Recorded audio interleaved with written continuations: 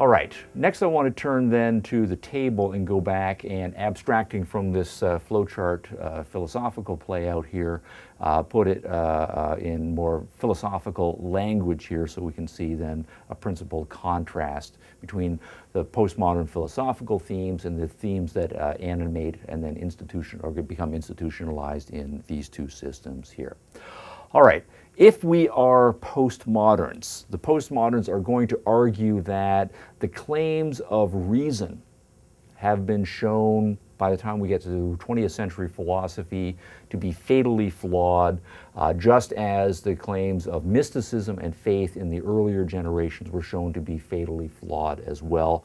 And what we will find is in postmodernism a skepticism about both the claims of mysticism and the claims of reason, and that then will play out as a thoroughgoing skepticism, and then the idea will be to use the usual approved postmodern language here, that all we have are narratives.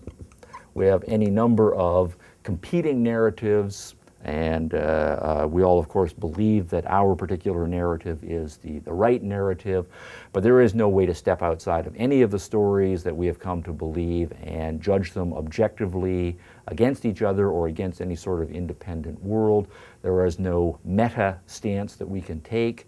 There is no one true meta narrative that we can ever come up with, so all we're left with is a bunch of relative, group-defined, competing narratives and so forth.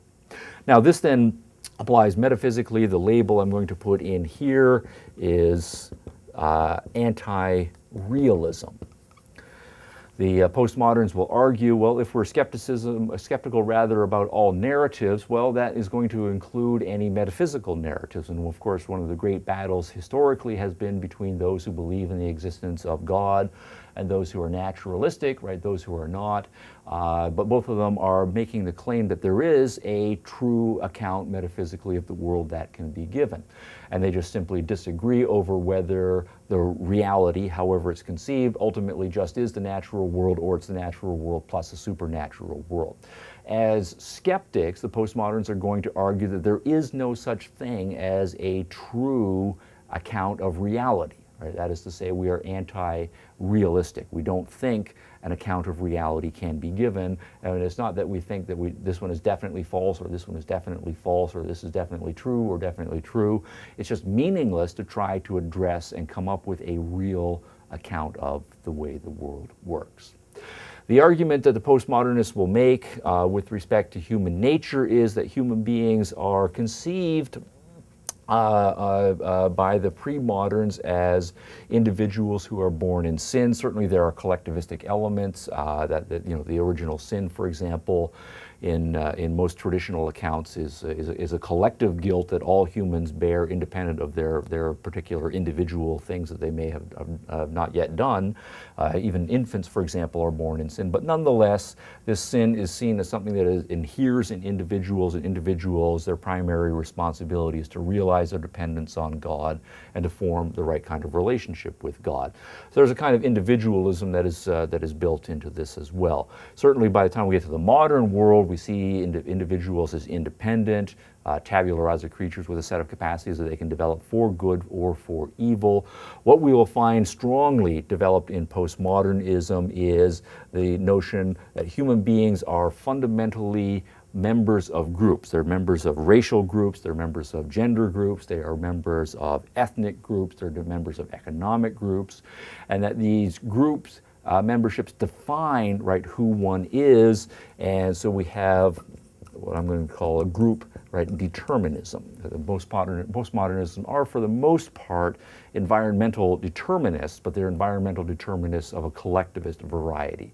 That it's kind of an overlapping set of racial, sexual, ethnic, and so forth groups that one finds oneself formed by, and that one's group membership then defines what one comes to believe.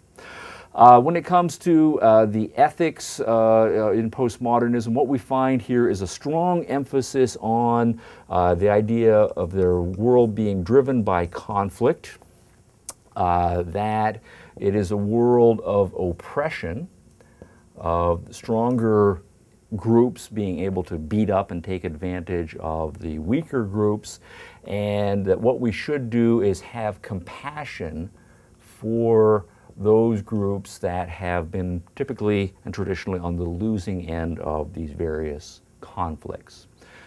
So a great deal of empathy, right, or pity or compassion or identification with those groups that have been on the losing end of various kinds of conflicts here. In this case here, we can see the politics. We have, broadly speaking, a capitalist or free market, democratic republic orientation that's come out of the modern world, the feudal notion over here. What we will find in postmodernism is a strong emphasis either on egalitarianism as an ideal, right, against which we should measure social progress. The egalitarianism coming from the French word for equality being égalité.